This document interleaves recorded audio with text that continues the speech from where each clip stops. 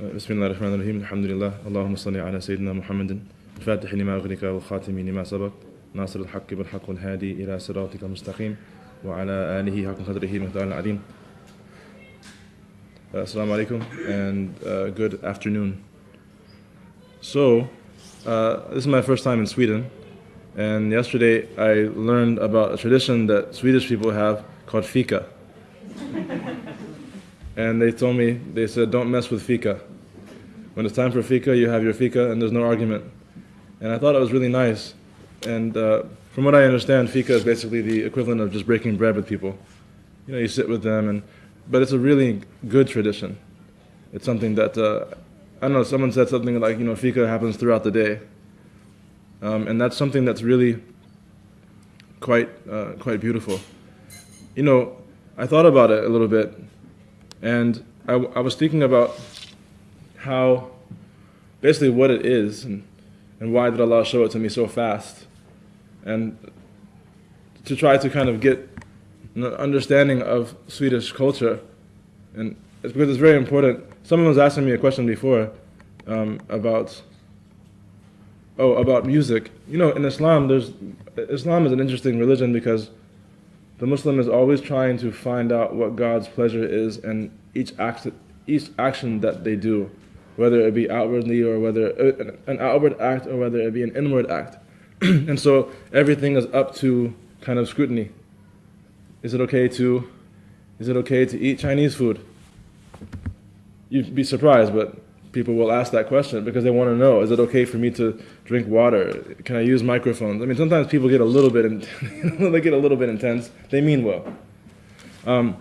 So someone was asking me a question about music before, and you know, it's one of these kinds of things that it's in Islamic law. It's not something that is a clear cut and across the board something that people agree upon, or just it's not an issue that's agreed upon. And you'll find it in the books of jurisprudence amongst the Muslims that they'll talk about this issue, whether it's okay, whether it's not okay. You'll find it.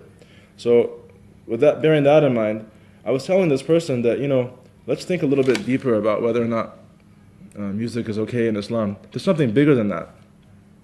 The issue is bigger than just, you know, whether or not well, the issue is, it's really an issue about culture. And you see the relationship with Fika in there. Look, this is a question, this is not rhetoric, it's a question. How do you define culture? What is culture? First of all, how do you say culture in Swedish? Huh? Kultura. Kultura. What is it? Expression. That's one of the most precise beginnings. Expression. What kind of expression? Behavior. Okay, could be behavior. But I mean, what kind of is it? The expression of trees, the expression of stars. What kind of expression is it? Human expression. Now, is it part of is it part of humanity that people will express themselves? And will people express themselves in different ways based upon their context? For example, I'm not going to be a very good Swede because I don't know the language, I don't know the culture, I wasn't raised on the food, I don't have the cultural, I don't want to use the word too often, I don't have the contextual makeup of what it means to be a Swedish person. Whereas I would argue that someone that might be from, let's say, Pakistan, their family's from Pakistan, but they're raised here, they're going to be a lot more Swedish than someone who is actually Swedish by blood, but raised in Pakistan. I would say. Because it's a cultural surrounding that you have. It kind of makes up who you are, because basically what you're doing is you're being exposed to culture. You're being exposed to expression. And people will express themselves. It's the nature of humanity. If you don't believe me, what are we doing right now? I have something inside, I'm going to bring it outside. That's called language, it's called communication. Now, the thing is that what makes an individual different than another individual is the way in which they see the world and thereby express it. That's what makes me different than you. I mean, straight off the bat. For example, I like chocolate, you might not like chocolate. So I express my love for coffee and you might be offended because you think that coffee is an abomination. I'm going to express myself based upon the way I see things, and then we'll see how different we are or how much alike we are. So I have an independent culture as a person, in a sense. That's called an identity. But a group identity is called a culture. An identity as a person is an expression. An identity as a culture is also an expression. Well, what happens if you take away culture or identity from a person, or if you take away that from a people? What happens? In other words, if I say to you that you are no longer allowed to be Swedish, meaning that you cannot speak your language, you cannot enjoy your foods, you cannot have the arts that is specific to your tradition, you can't have that anymore. Why would you be upset with me? I said, no, don't worry about it. You can be Italians. I'll give you the Italian one instead. What would be the problem in that? It's your lifestyle. But there's something more specific about it. There's a problem more specific. Maybe you lose your identity. You lose your identity. You lose your sense of person. In other words, you're no longer a person. You're just an object, like anything else. Your individuality, what makes you who you are, makes you how you are, is in fact your cultural expression. And if you take away that from a person, or take that away from people, you no longer have people. Now the thing about religion is this, and this is whether it's Islam or Christianity or Judaism or any of the kinds of things. What is religion ultimately? What is religion? In its ultimate sense. Or in its most basic sense, rather, not ultimate, but its most basic sense. Search for meaning?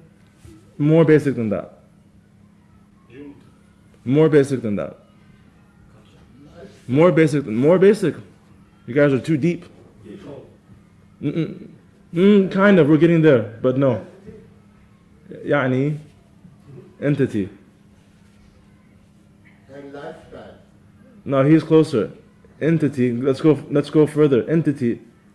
There's something else. Okay, what kind of an entity is religion? Worshipping God. You went so far, you were right on it, and then you went away. An entity, it's an entity, but what kind of an entity is it? Where does it exist? Within what? Yourself. Within a person. It's a concept. Religion at its most basic existence is a concept. I can conceptually grasp Buddhism. I can conceptually grasp, Taoism is a philosophical religion. I can grasp these things as conceptual entities in my mind. That's the most basic thing that a religion is. Forget about whether you like it or don't like it, believe it or don't believe it, practice it or don't practice it. At the most basic idea, it is a concept that exists in people's minds. It's a concept that exists where? In people's minds. That means that religion is not something that is outside of people.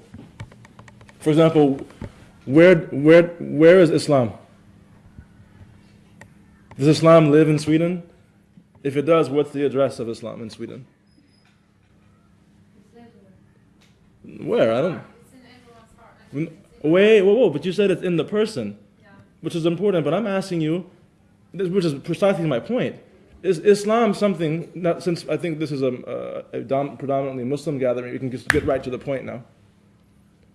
That is Islam something that exists out, in other words, Islam is everywhere. I'm like, okay, I went across the street over there. I didn't see Islam over there. Islam is not here on the table. It's in people. That means that religion is only something which manifests by way of people. True or false? In other words, religion is also an expression that happens through people. Now, the problem is this, that if you have religion, but then you don't have people, how does the religion go on? If you have religion and you don't have people, in other words, if you have a concept that exists, for example, there are religions in the past that people used to have that no longer exist because there's no people there to follow that religion.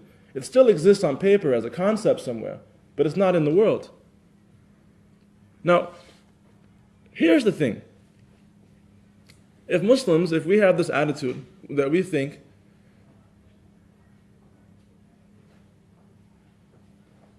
if we deal with,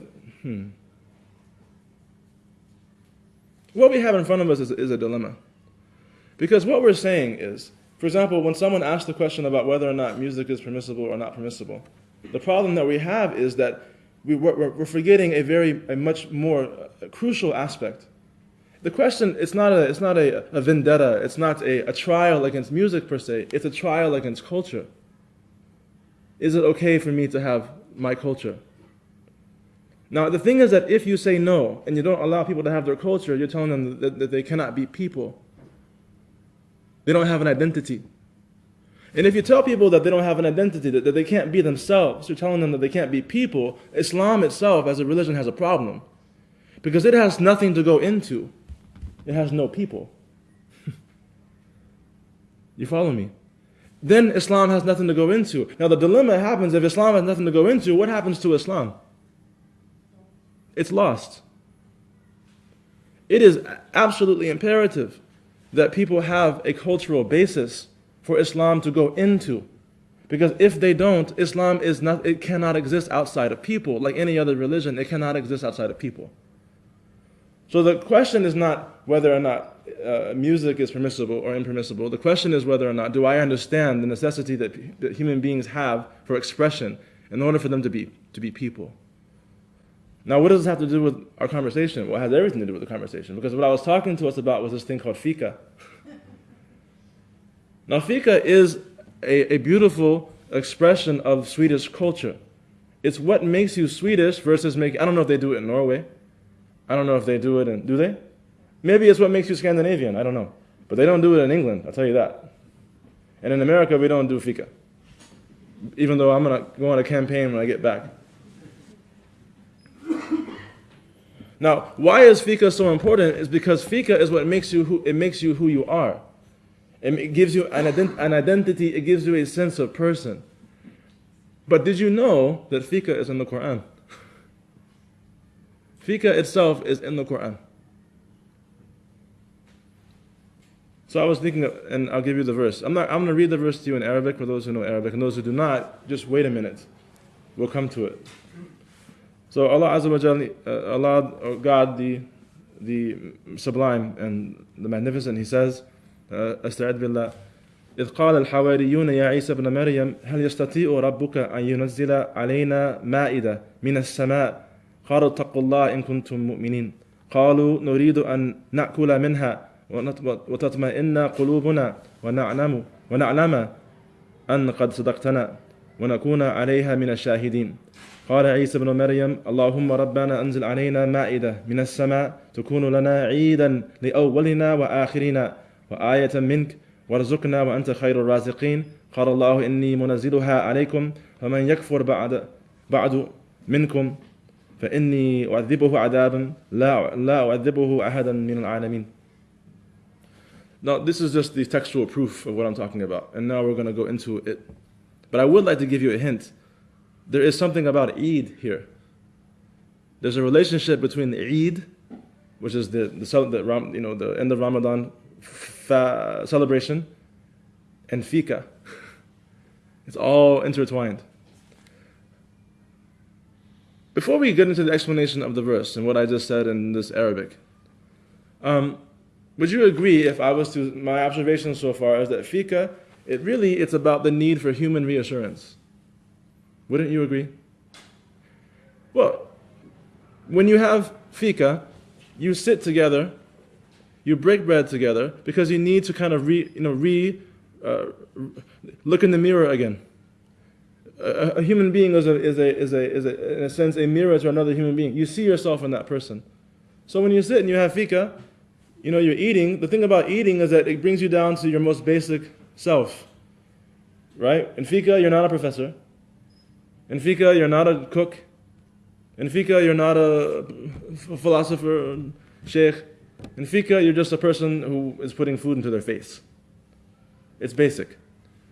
At that point, you see your basic humanity. And you see your basic humanity at different points in the day. So you can readjust. But it's about human reassurance. I need to know that you and I are both people. And at the end of the day, your title cannot become bigger than who you are. At the end of the day, your job cannot be bigger than who you are. At the end of the day, you and I are both humans, and I need to know that you feel me, as we say in America. Do you feel me or not? Can you relate to me or not? Even though you guys are so used to it, I don't think you realize what you're doing. Even though I do, because I'm not like, whoa, this is a cool thing. Like, I thought about it, obviously, all morning. Now, it's about breaking bread. It's about sharing a meal. It's about sharing food. It's about give and take. Now, would you agree with me in saying that food is one of the biggest blessings that we have? Outside of having life itself, food is probably the biggest blessing that we have. In Fika, you're sharing the blessings that you have, the ni'mah that you have. And sharing a blessing is called a celebration. Sharing a blessing is called a celebration. In other words, in Fika, what you're doing is you're celebrating life. And probably other things. No, you're celebrating life and all that life is throughout the day. I would say that in Fika there are signs. We have what's called ayats. We have what are called signs inside Fika. Obviously, I'm sitting here analyzing them. Now, what do you think are some of the signs? Now that we've discussed it, what do you think are some of the signs in Fika? What are some of the things you can say about it? In other words, do you know what I mean when I say sign? For example, if I go like this, what does that mean? Time out. All I did was put my hand over this, and that's called a sign. It indicates something bigger than itself. From what I've said and what we're talking about, what do you see when it comes to the ceremony of Fika? What are some signs that you see? Sharing meat together, make a coffee together. Taking a break. All right, taking a break. And what you said is true too. But I think those are a bit more obvious. Yeah. So she's saying taking a break. Okay, raha, resting. What else? Socializing. Communion. What else? Sharing information. Al-Akbar. Sharing the news. What's happening? What's going on? Building community. Yeah, this is, it's kind of connecting. It's like family. There's a certain familyness about it. When you break bread with someone, you eat with someone, they're not strangers to you. It's Bani Adam, the son of Adam now. Yeah, being in touch. Or communication. What else? Forgiveness, forgiving yourself. Forgiveness, nice. How do you mean?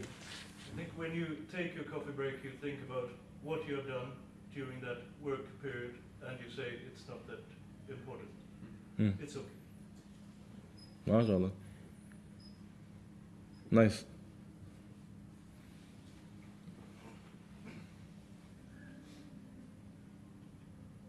ماذا عندكم? What do you guys have?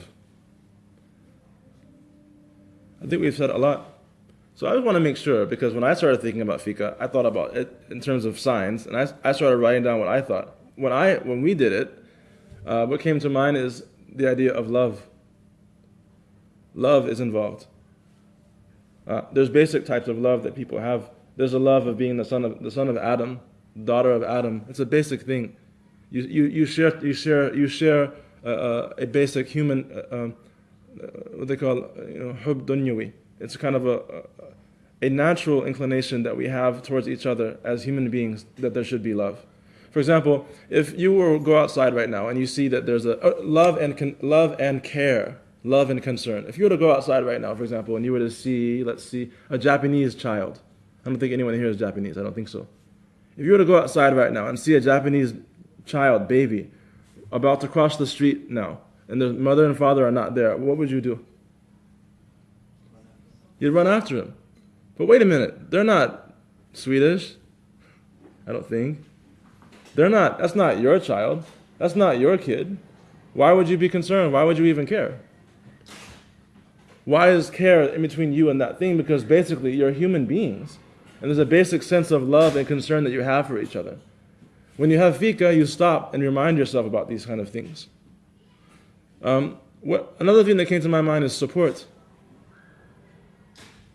Fika is about support, because when you're talking to each other, you ask someone, you want to hear the news, you're probably going to say some stuff about yourself as well.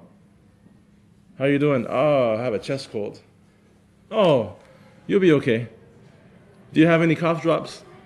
There's concern, there's support, but probably on a higher level, there's this thing called acceptance. When you have fika with someone, you accept them as they are. You're not going to break bread with someone you don't like. You're not going to, right? You're not going to be so judgmental with someone that you've actually exposed your most basic human function with, which is to put food into your mouth. I mean, I don't know if you ever noticed this, but if you watch people eat, it's kind of disturbing. It's odd. Eating is an odd thing. I mean, you take these solids and you cram them into your face, and then you chew that, and it disappears. And the whole time, it's very disturbing. I don't like to watch people eat. I don't like it. It's just because there's all this, I was telling the doctor, I could never be a doctor even, right? Seeing people's insides and all that. Eating even to me is just like, it's too much. But when you eat with someone, you're exposing the most basic thing with them. Now, it's easy to understand breaking bread with people. It's easy to understand this idea of fika when it comes to, sitting down with your companion and talking. But what about when it comes with God? What about when it comes to the one who created you?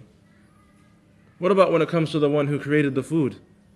What about when it comes to the one who created the love that's between you, or the support that's between you, or the brotherhood or the sisterhood that's between you, or the acceptance that is between you? Or what about the one who created the space and the time and the concern that you and I have in that space and time, that we spend it with each other for something as simple as breaking bread? Or more importantly, what about taking the time to feed your soul? For example, fika is not just feeding your face.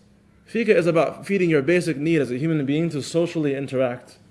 If you don't have social interaction, you start to lose your humanity. Isn't it true?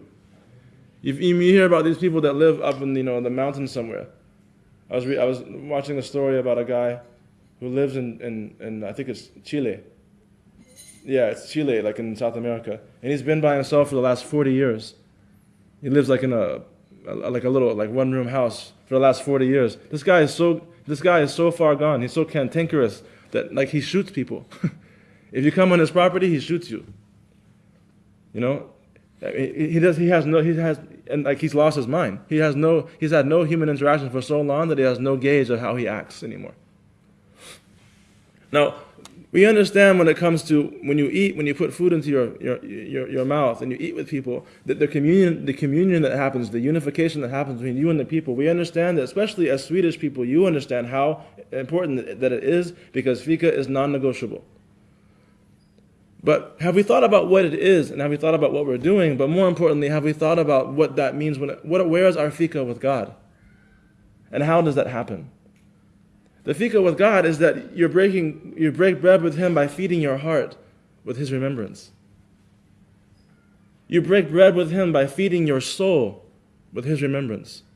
You literally, when you say Allah, when you say God's name, when you take that time and you sit, you take a break from outside of your day, and you just simply remember the one who created you.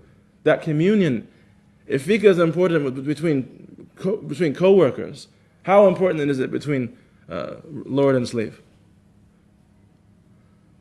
If you think about it in that way, what are the symbols of fika now? What does it mean now? What do you think? No, we're talking about fika with God now. What does it mean now? So now we're stepping into the area of worship. How you worship Him. Right? Salat, the five daily prayers. Obviously, that's called fika. That's spiritual fika. It's not that complicated. But what else? What else comes to mind? Dhikr, the remembrance of God. Okay. But what comes to mind in terms of benefits? What benefits come when you have fika with God? I mean, I don't even think that we've ever sat and thought about fika with God before. What's this American talking about? What? Calmness. Nourishment. Naam. What else? Helping other people. Helping other people. Naam. What else? Disliking the Hmm? world. Disliking the dunya. Okay. Disliking the world for its own self. Yeah. Okay. What else? Strength.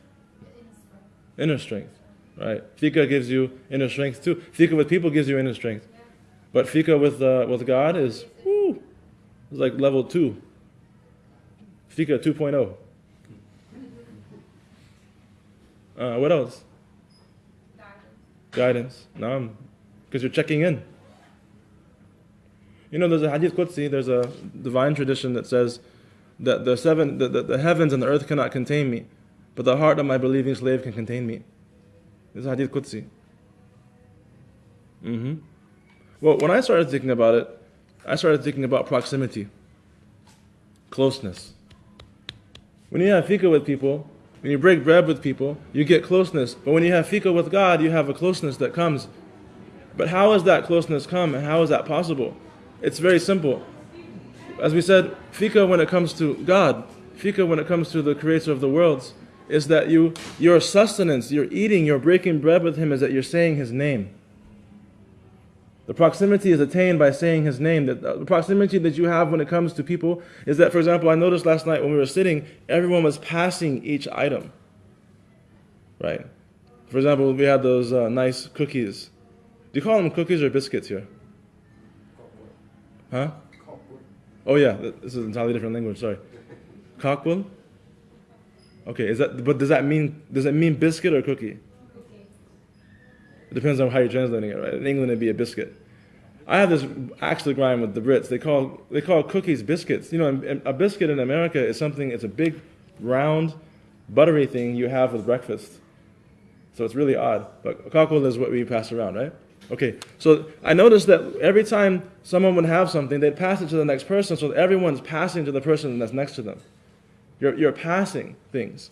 You're sharing in it. You're passing things. That's the proximity, that the closeness that happens is because of the sharing. Well, when it comes to fika with God, it's different. It's a different kind of sharing. What happens is that God gives you permission to say His name. So therefore you say it. It is impossible to say God's name without Him giving you permission first. It's impossible. You can't say Allah before He gives you permission to say it. You can never do something before God. It's not possible to want proximity towards God before He wants it with you first. So there's a passing that happens, a sharing that happens. But it happens through mentioning His name.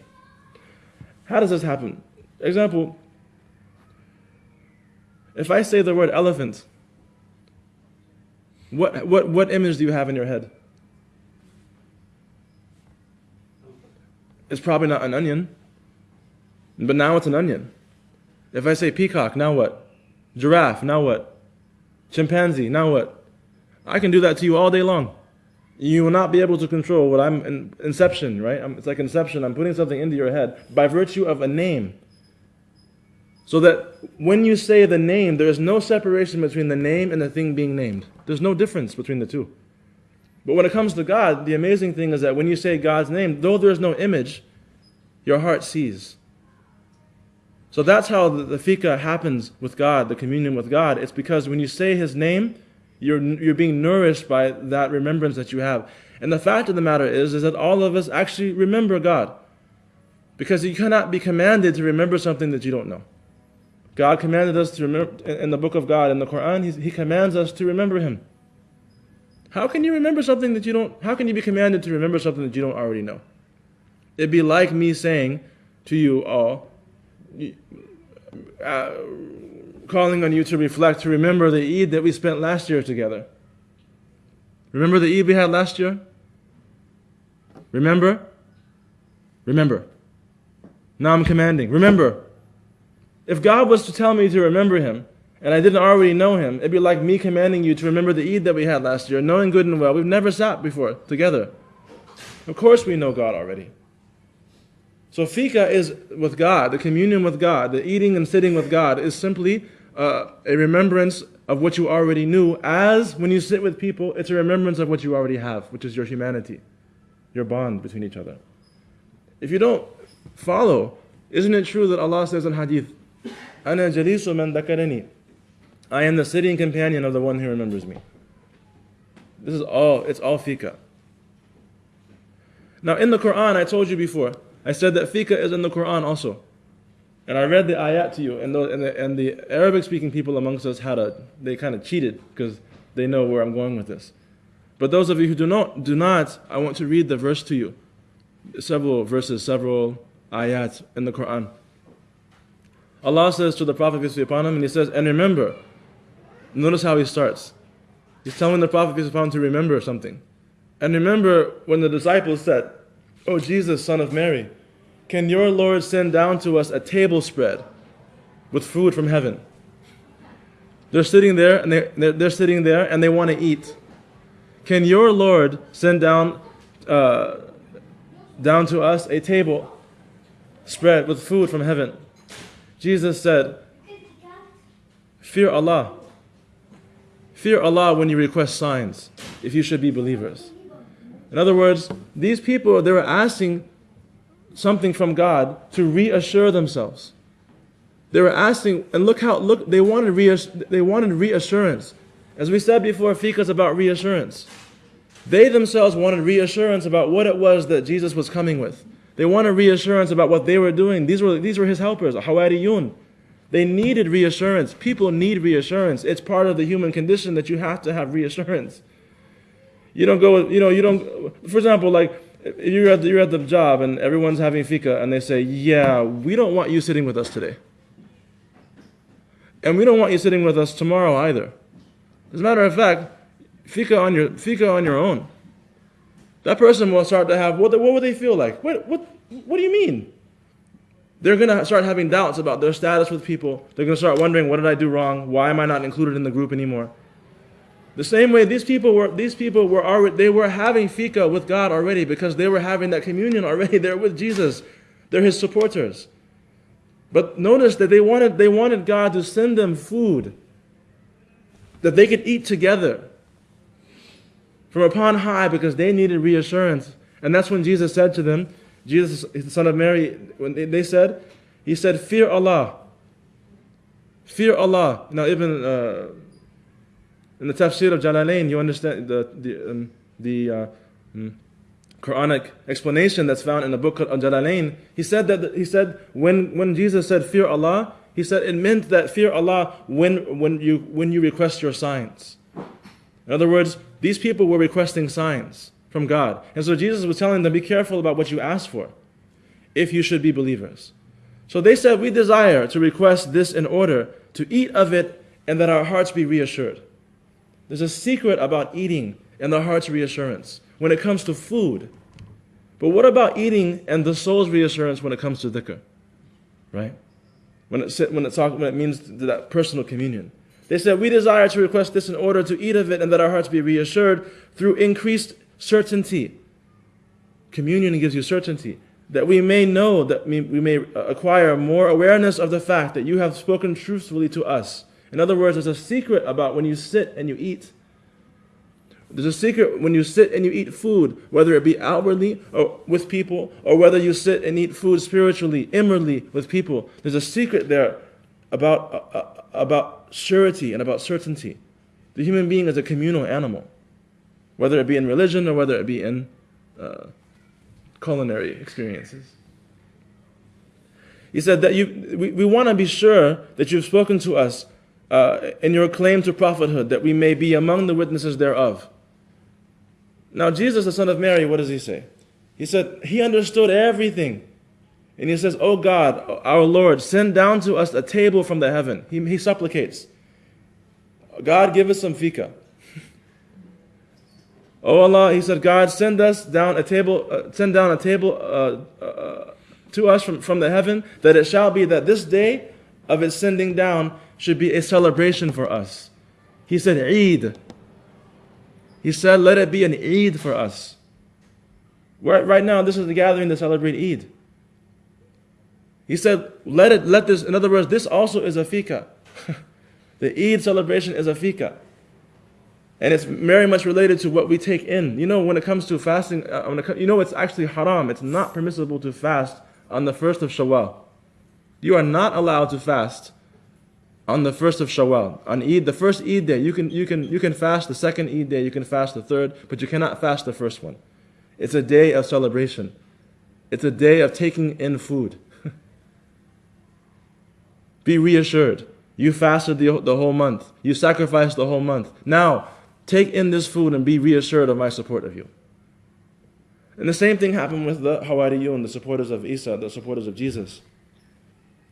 O God, our Lord, send down upon us a table from the heaven, that it shall be that this day of its sending down shall be a celebration for us, which we shall consecrate and honor for the first and the last of us, those who will come after us, and a sign from you of your power and my prophethood. And provide it for us. You are the best of providers. Now, why do you think it is?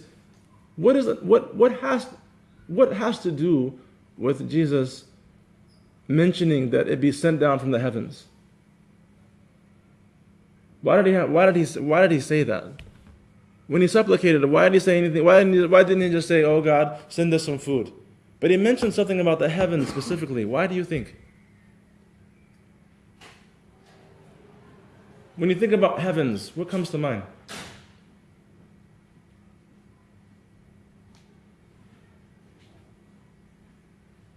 Isn't it that they asked him to ask God to give them the table from heavens?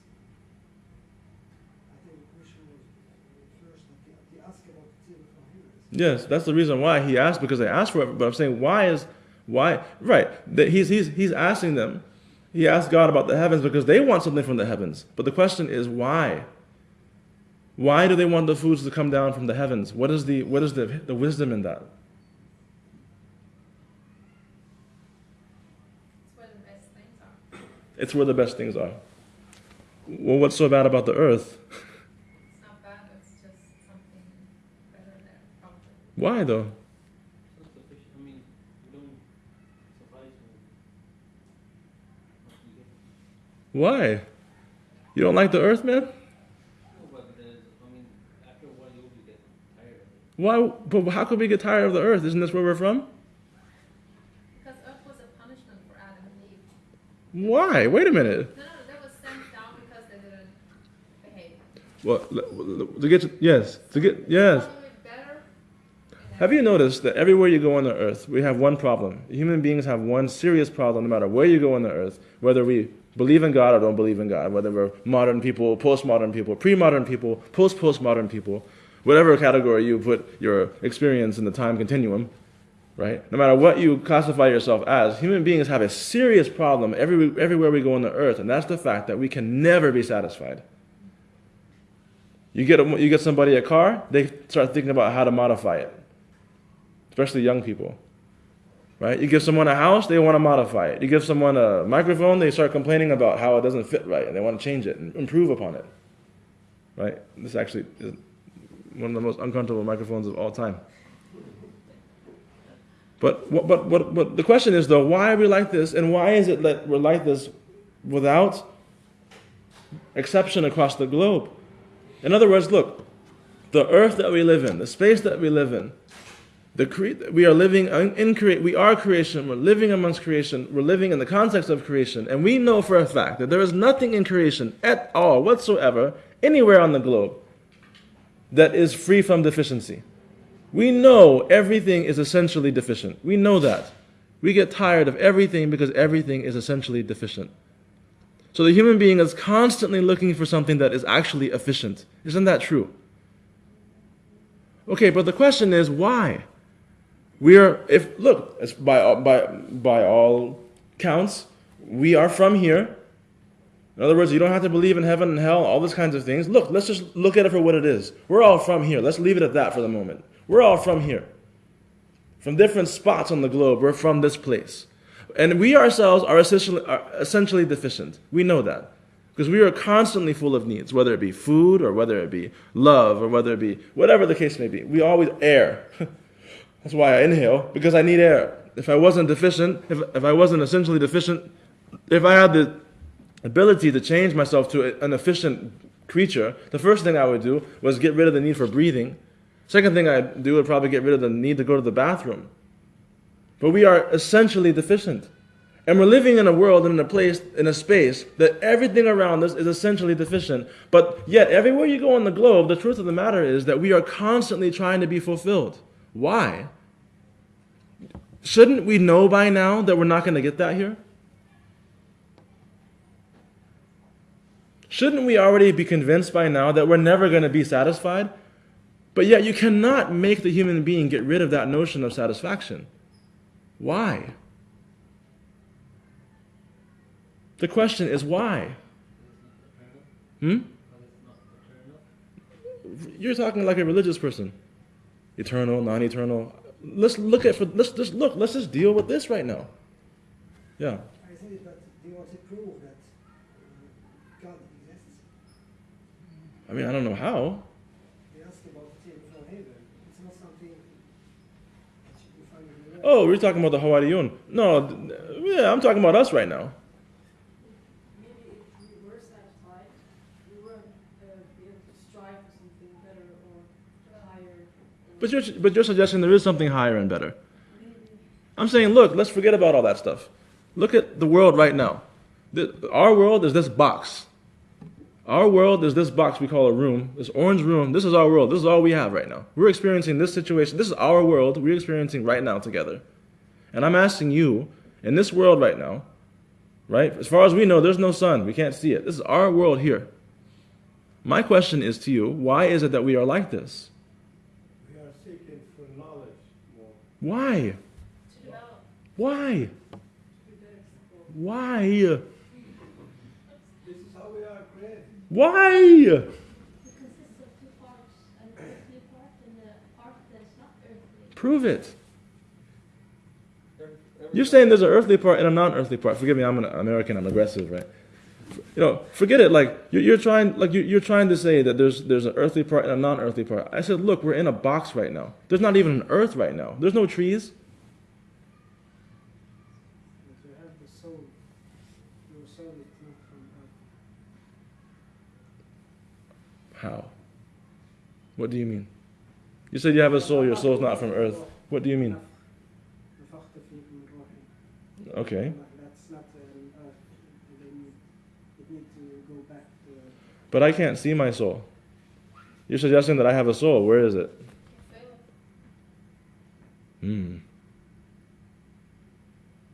Right? Like love, for example. Love is the most irrational thing on the planet, but no one would deny that. Well, I think we're getting somewhere now. Because I just want us to escape the religious, knee-jerk responses.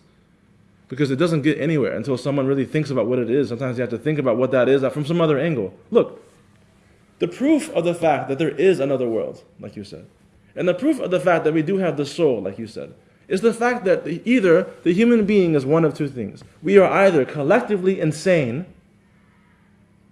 or there's something more to the story. Because by all ostensible evidence, there is absolutely no reason why we should be expecting anything to be fulfilling, because we are living in a world that is absolutely incapable of fulfilling us. But yet, we are relentlessly addicted to the idea of being fulfilled. It is an involuntary reality that you and I live. It has nothing to do with being a Muslim or not a Muslim, or being a Christian, or being a European, or being it has nothing to do with that. It's something essential to our experience. Well, what we're saying is this, that we came from another world, a world wherein we experience fulfillment. But that fulfillment wasn't because paradise is perfect. The fulfillment came because we knew fulfillment, and fulfillment's name is God. That which is necessarily efficient, that which is complete, and that which is perfect. And when we were in God's presence, we needed nothing. When we were in God's presence, we felt completely tranquil. When we were in God's presence, we felt completely at home. And then when we were taken from that realm and put into this realm, we were distanced from that. And here we are, strangers living in a strange land, and a land that is completely, whose trademark is deficiency. And we are beings who only know efficiency. All we really know is God. That's the truth. So here we are in this world, and we're trying to... the reason why they wanted something from the heavens was because things that come from the earth cannot give you what you need. They didn't want food from the earth to give them understanding, to give them certainty about God. They didn't want that because they knew that the earth was lowly and base because it's deficient. But if they had food that came from upon high, that came from the world of efficiency, it would make them feel secure again about what they're doing, because human beings are weak. That's why they asked, and that's why he supplicated as such. But then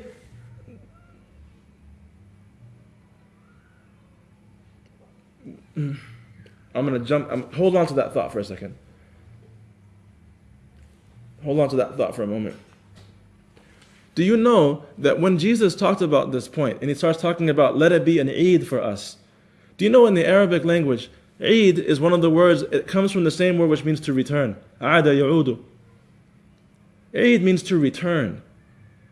The reason why we celebrate Eid is because we're going to return. We are actually returning to God. It's a celebration because you're going back home. But Eid is not something that happens just after Ramadan or after Hajj. Eid is something that's supposed to happen every moment of your life. Inna lillahi wa inna ilayhi raji'un. Verily we belong to Him, and to Him we are returning. It doesn't say verily we belong to God, and to Him we're going to return. That's not what the Quran says. He didn't say inna lillahi wa inna ilayhi sanarji'u. Verily we are from Allah, and to Him we will return in the future. It means we are returning now. I'm constantly returning to God because as a deficient creature, I have to call on that which is efficient. Even though I don't realize it, my deficiency is dependent upon the efficient for every moment of my life. Every moment of my life is an Eid. Every moment of my life is a turning back to God. It's just now that we just kind of start thinking about it a little bit. Now the thing is this though, at the end of the ayah, God answers their prayers. But then He warns them regarding the ingratitude of blessings. He warns them about the ingratitude of blessings. Because what God has done in this verse, what happened through the presence of Jesus, of Isa ibn Maryam, alayhi salam, what happens in this verse is that because of the righteous that are amongst them, God makes a portal, a bridge to that other world, so that they can see something that, in other words, these are people of faith. But in this instance, God shows them something that will give them certainty. He gives them a gift so that they cannot doubt about Jesus, and they cannot doubt about His message, because He's going to show them something from the other realm. But the problem is that, these things come with responsibilities. Likewise for us in Ramadan, the whole month of Ramadan passes, and you start to feel something different. Wallahi, you feel something different in Ramadan. It's not like the rest of the year.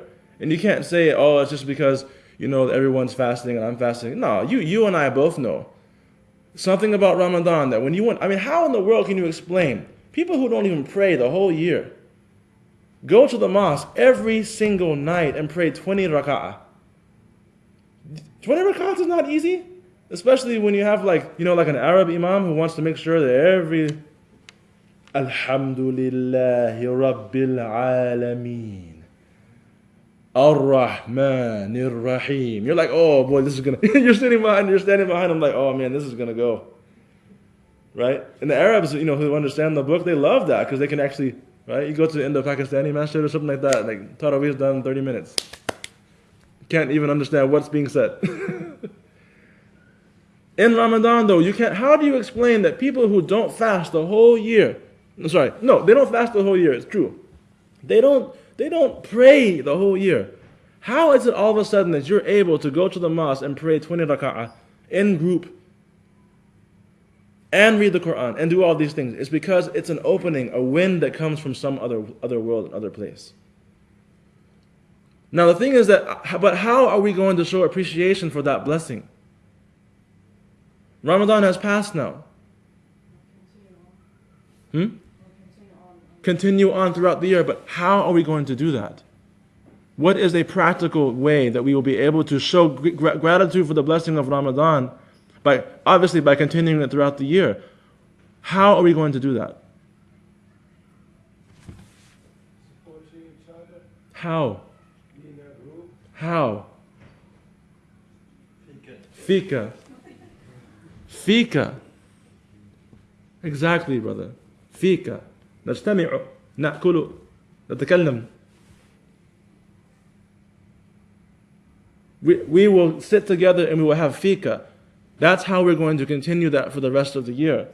We're going to have fika with each other.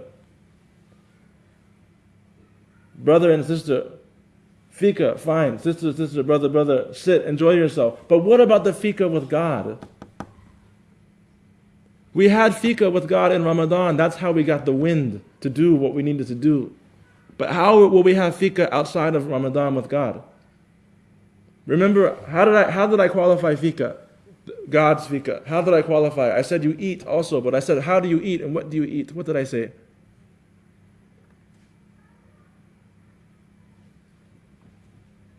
You have that fika by dhikr of Allah. You feed your soul by saying Allah's name. That gives you the communion that you need with God. By saying Allah's name again and again and again. By asking for forgiveness, by talking to Him. Sometimes people just need, sometimes people just need to sit and talk to God.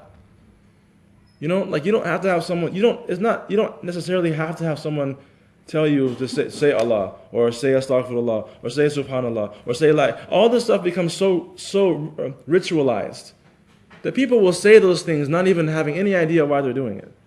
No, I'm saying, look, let's do something even more basic than that. Sit down and talk to your Maker. You don't have to do it in front of people, because you might look crazy. Right? Abdul Latif.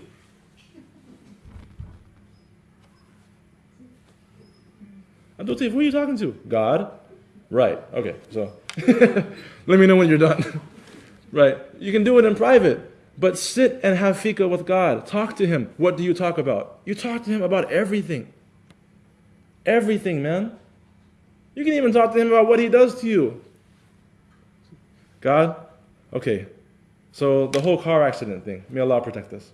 God, the whole car accident thing, right? I just got this car, and it's demolished, and I saved a lot of money to get it. My insurance hasn't kicked in yet. God, why did you do that? I don't really understand why you did that. I'm okay with it because, you can do whatever you want to do with me, but please give me some kind of respite. Give me calm my heart, please. Right? How you maintain the responsibility that we have now with regards to Ramadan is maintaining the blessing that God sent down to us from the heavens by the spiritual fika that we had together. The way that the responsibility that we have now is to carry it on throughout the rest of the year, and look, you're Swedish people. You know fika. I'm learning about it. I think it's awesome.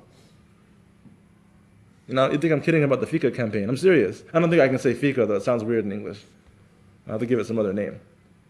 But dude, what a basic idea, man. Just sit down and have food together. Well, sit down and have food with God. This is how you maintain it. And then, you can also do it with other people. Like right now, this is called fika. Only thing is I'm the only blabbermouth talking. But when you get open with people like that, and you sit and you talk like that, and you get open with them, you start to realize that you're all in the same boat, and you all want the same things from God. So then you'll say, oh Allah, send us a table down from the heavens. Alhamdulillah, that's it. That's my message for the day. They told me that they said that, when you come, we would like to hear you talk about something that will help inspire people to kind of take benefit of what they got in Ramadan. And I didn't really know what to say until I had fika last night. And then I was like, oh, I got it. So, jazakallah khair.